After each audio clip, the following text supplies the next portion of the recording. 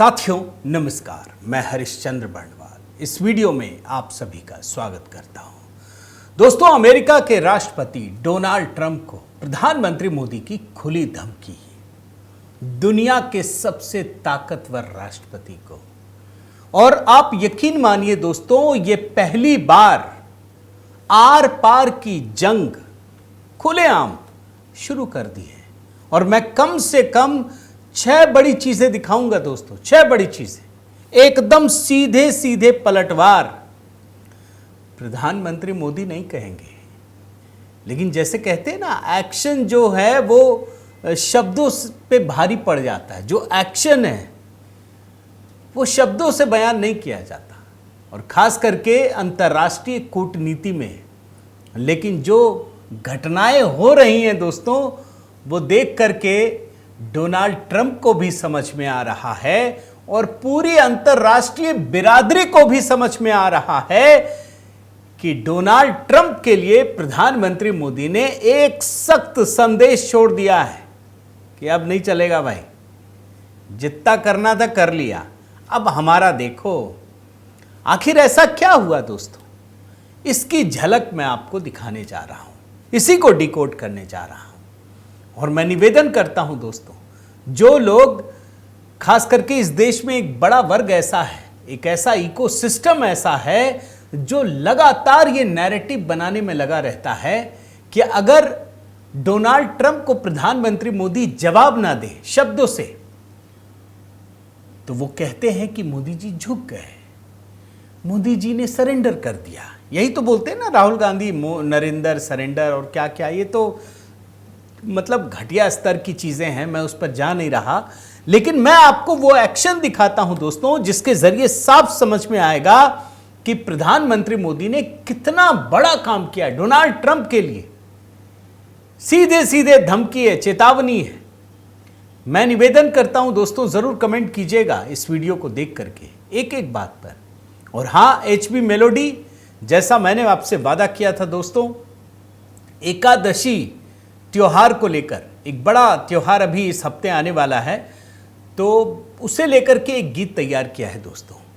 उस पर पूरी आज कोशिश कर रहा हूं, नहीं तो कल जरूर इसे अपलोड करूंगा। तब तक आप आपातकाल गीत को जरूर देखिए। इस गीत पर भी दोस्तों बहुत मेहनत किया। देखिए, इस वीडियो को आप देखते हैं, लेकिन एचबी मेलोडी में लोग कम आ पा रहे हैं। इसमें मैं आप सबसे हाथ जोड़कर निवेदन करता हूं कि वहां पर भी हमारी मदद कीजिए। हमारी बहुत बड़ी टीम इस पर काम करती है दोस्तों, गीतों को लिखने से लेकर के उसे तैयार करना, और ये पूरा एक लंबा प्रोसेस चलता रहता है। तो उन लोगों को भी सपोर्ट कीजिए, मेरा निवेदन है। और एचबी मेलोडी को अधिक से अधिक लोगों तक पहुंचाइए। सारे पुराने गाने आपको बहुत अच्छे लगेंगे। आइए मैं शुरुआत करता हूं दोस्तों, कुछ चीज़ों को पहले आपका ध्यान आकृष्ट करता हूं। आपको ध्यान होगा, अभी जब G7 की बैठक हो रही थी, प्रधानमंत्री मोदी गए, डोनाल्ड ट्रंप तो भाग खड़े हुए। फिर उन्होंने फोन किया मोदी जी को और क्या कहा कि जब आप कनाडा आए ही हैं तो अमेरिका भी आ जाइए, यहां मुलाकात भी हो जाएगी। मोदी जी ने कहा नहीं, एकदम से न्योता ठुकरा दिया, नहीं आएंगे।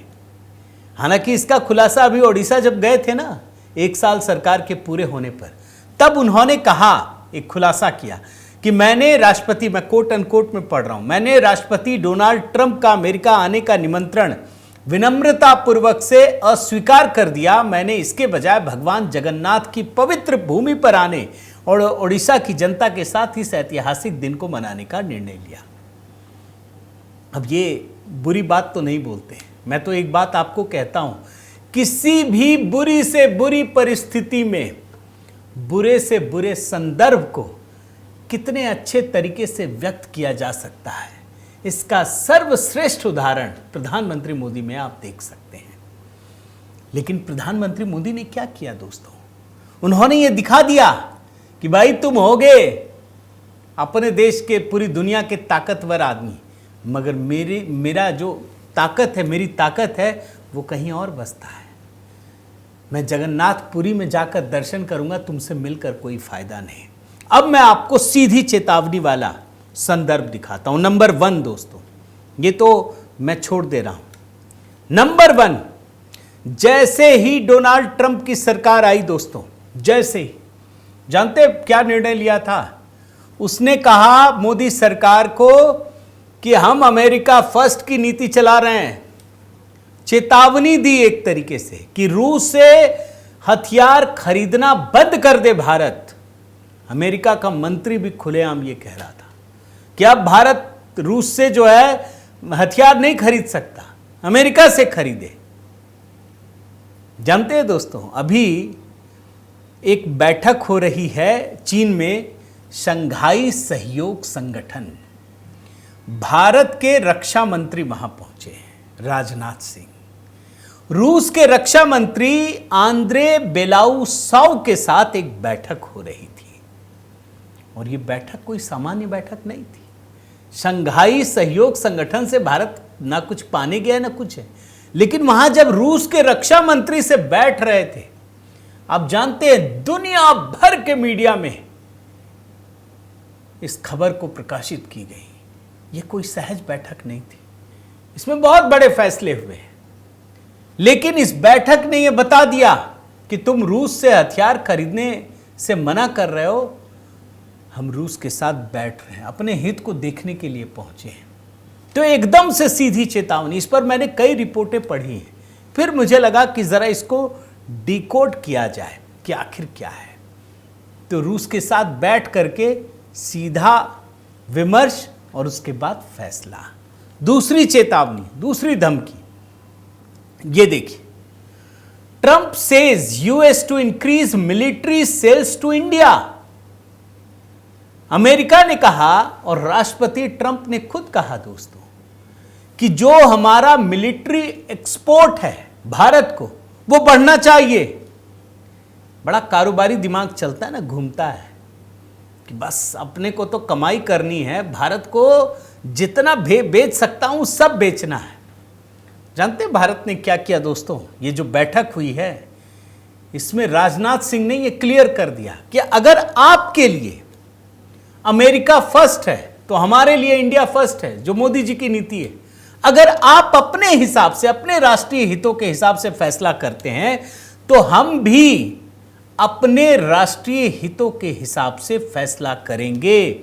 और जानते हैं ये जो बैठक हुई, भारत के रक्षा मंत्री राजनाथ सिंह और रूस के रक्षा मंत्री के साथ बैठक में ये तय हुआ कि रूस भारत को मिसाइल के साथ साथ Su-30M के जेट विमान को अपग्रेड करेगा।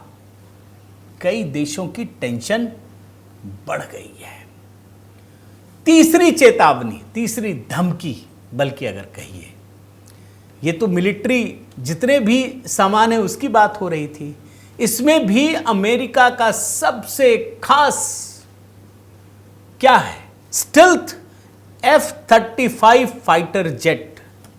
शुद्ध धन कमाने के लिए अमेरिका ने इतना दबाव डाला दोस्तों, डोनाल्ड ट्रंप ने प्रधानमंत्री मोदी पर, कि आपको हमारा स्टिल्थ 35 फाइटर जेट खरीदना पड़ेगा।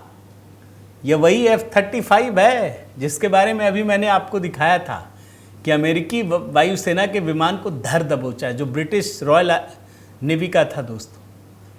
भारत के वैज्ञानिकों ने, भारत के इंजीनियरों ने इसको डिकोड कर लिया। अब सोचिए कि भारत में यह पड़ा रहा, हजारों डॉलर ब्रिटेन को चुकाने पड़ रहे हैं, उसी फाइटर जेट को यह बेचना चाहता था। लेकिन भारत ने क्या किया, बड़े ध्यान से समझिएगा।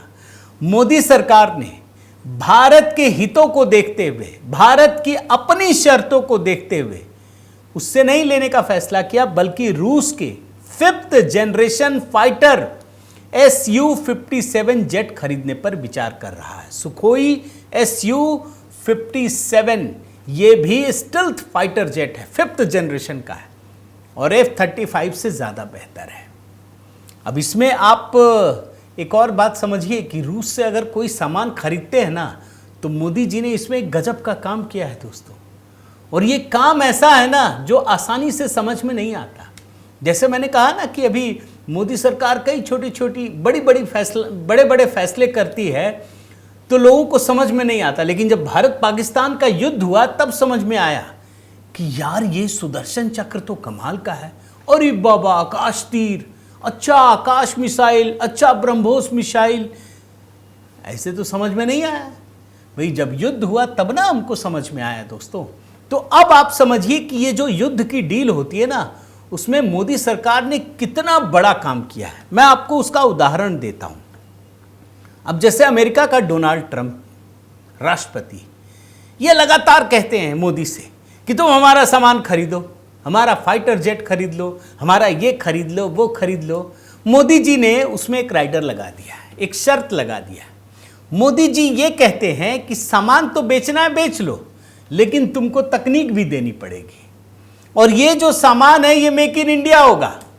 मतलब तुमको बनाना भारत में पड़ेगा और आपको तकनीक भी शेयर करना पड़ेगा। रिपोर्ट देख रहे हैं ना, क्या लिखा है? US reluctance to transfer critical defence technology.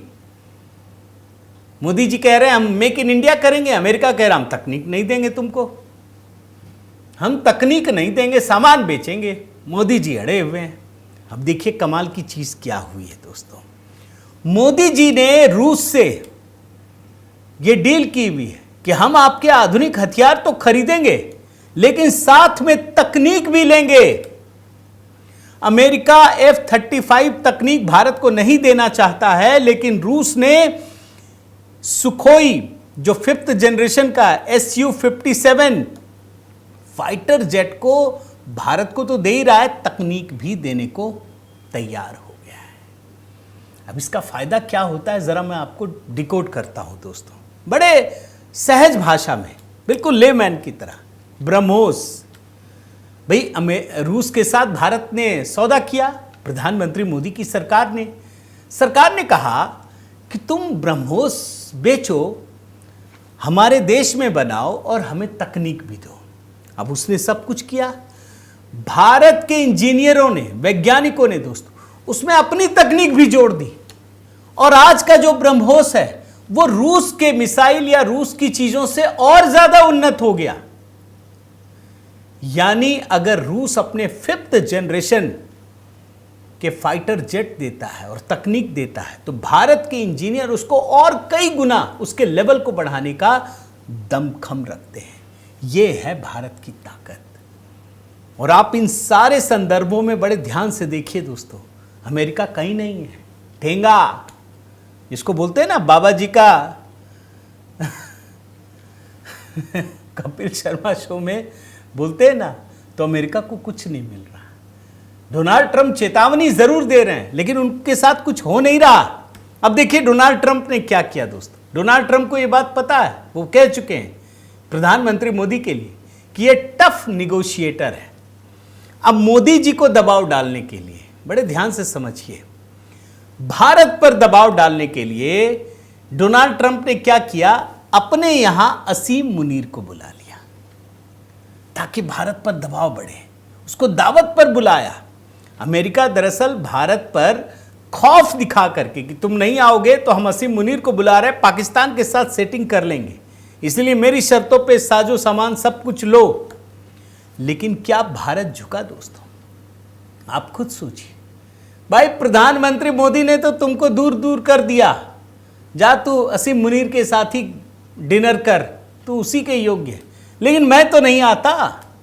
Bharat America की इस चाल को समझ गया दोस्तों, रूस भी समझ रहा था, और इसीलिए रूस के साथ ये बैठक हुई, बड़ी महत्वपूर्ण बैठक। और ये लगभग तय हो चुका है कि रूस न केवल भारत को सारे साजो सामान देगा, बल्कि मिलकर जो अमेरिका का दबाव है उसको भी एक तरीके से आईना दिखाने का काम नहीं आएगा। अब छठी चेतावनी, छठी धमकी, उसके बारे में आपको बताता हूं दोस्तों। इस समय डोनाल्ड ट्रंप पूरी दुनिया में घूम घूम कर जहां भी जाते हैं एक बात कहते हैं, जानते क्या कहते हैं? कि मैंने भारत और पाकिस्तान पर, पाकिस्तान तो छोड़ दीजिए, भारत पर ट्रेड डील के लिए दबाव डाला। ये कहा कि अगर युद्ध नहीं रोकोगे तो हम ट्रेड बंद कर देंगे। मतलब हर जगह वो ये कह रहे हैं कि हमने व्यापार की धमकी दी, और यही काम आया, और इसी वजह से भारत सीज फायर के लिए तैयार हो गया। अब आप देखिए प्रधानमंत्री मोदी ने क्या कहा दोस्तों।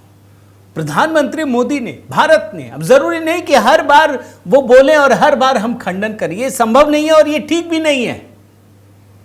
इसको बोलते हैं किचाइन करना, उसकी जरूरत नहीं है। ये मोदी सरकार का अंदाज ही नहीं है दोस्तों, ये तरीका ही नहीं।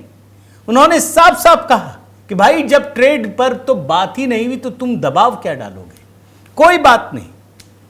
और दोस्तों आपने देखा होगा कि जब कनाडा में डोनाल्ड ट्रंप ने प्रधानमंत्री मोदी को फोन किया G7 के समय, तो प्रधानमंत्री मोदी ने बड़ी ही विनम्रता से 35 मिनट तक बातचीत हुई थी। ये कहा कि भारत का इतिहास है कि भाई कभी मध्यस्थता स्वीकार नहीं करता, अब कैसे कर लेगा, और ट्रेड पर तो कोई बात ही नहीं भी। यानी डोनाल्ड ट्रंप जिस ट्रेड डील की धमकी दे रहे थे, उसकी दुहाई दे रहे थे, उसका गुणगान कर रहे थे कि हमने व्यापार की बात कहकर दबाव डाला और ये हो गया, प्रधानमंत्री मोदी ने एक सख्त संदेश दे दिया कि लो बेटा, अब तेरे से व्यापार ही नहीं करते, सामान ही नहीं खरीदेंगे, हम किसी और के पास जाकर खरीदेंगे। तो दोस्तों मैं यही कहता हूं कि वक्त का इंतजार कीजिए। प्रधानमंत्री मोदी को समझना इतना आसान नहीं है, और बिल्कुल तात्कालिक रूप से कुछ चीजें देख करके और समझ लेना ये तो कतई आसान नहीं है। ये लेफ्ट लिबरल गैंग के लोग कर सकते हैं, इधर के इकोसिस्टम को जरा सोचना पड़ेगा, समझना पड़ेगा। प्रधानमंत्री मोदी की जो लॉन्ग टर्म स्ट्रेटजी होती है उस पर विचार करके ही वो इसको डिकोड कर सकते हैं। और इसीलिए मैं कह रहा हूँ कि शंघाई में जब भारत के रक्षा मंत्री, रूस के रक्षा मंत्री आपस में बैठे तो पूरी दुनिया की नज़र थी। ट्रंप तो भाव विह्वल हो रहे थे, ये क्या हो गया, हम तो कुछ और कह रहे थे, यहाँ तो कुछ और ही हो गया। आपकी क्या राय है दोस्तों, मैं इंतज़ार करूँगा, ज़रूर बताइएगा। बहुत सारी खबरें ऐसी होती हैं जिन्हें लोग कहते हैं कि हिंदी भाषी इस पर बहुत ध्यान नहीं देंगे, लेकिन मैं मानता हूँ दोस्तों कि ये खबर इतनी बड़ी थी कि हम सब के लिए समझना, जानना बड़ा ज़रूरी है। ये अंतर्राष्ट्रीय कूटनीति के लिए भी बड़ा महत्वपूर्ण है। और एक बात आपको अभी बता देता हूं दोस्तों, मैं भविष्यवाणी कर दे रहा हूं कि अभी प्रधानमंत्री मोदी कई देशों की यात्रा पर जा रहे हैं। 2 तारीख से 9 तारीख तक, यानी कल से ये यात्रा पर निकलेंगे। ब्राज़ील भी जाएंगे। आप देखिएगा ये जो हथियारों की बिक्री खरीद होती है ना, उसमें भारत कहाँ पहुँचने वाला है, तब भी मैं आपको वीडियो बनाकर ज़रूर इसे डिकोड करूँगा। आपके कमेंट का इंतज़ार है दोस्तों। साथ ही निवेदन है कि अगर आपने इस चैनल को सब्सक्राइब नहीं किया है तो ज़रूर कीजिए, लाइक कीजिए, बेल आइकन दबाइए। और हाँ, HB मेलोडी आज या कल दोस्तों किसी भी समय एकादशी व्रत पर एक गीत तैयार कर रहा हूँ, अपलोड करूँगा। सुष्मिता जी की आवाज़ में है और पूरे जो भी एकादशी पर्व की महिमा होती है उसे इसमें शामिल किया है। तब तक आपातकाल और बाकी गीतों का आनंद लीजिए। बहुत बहुत धन्यवाद। जय सिया राम।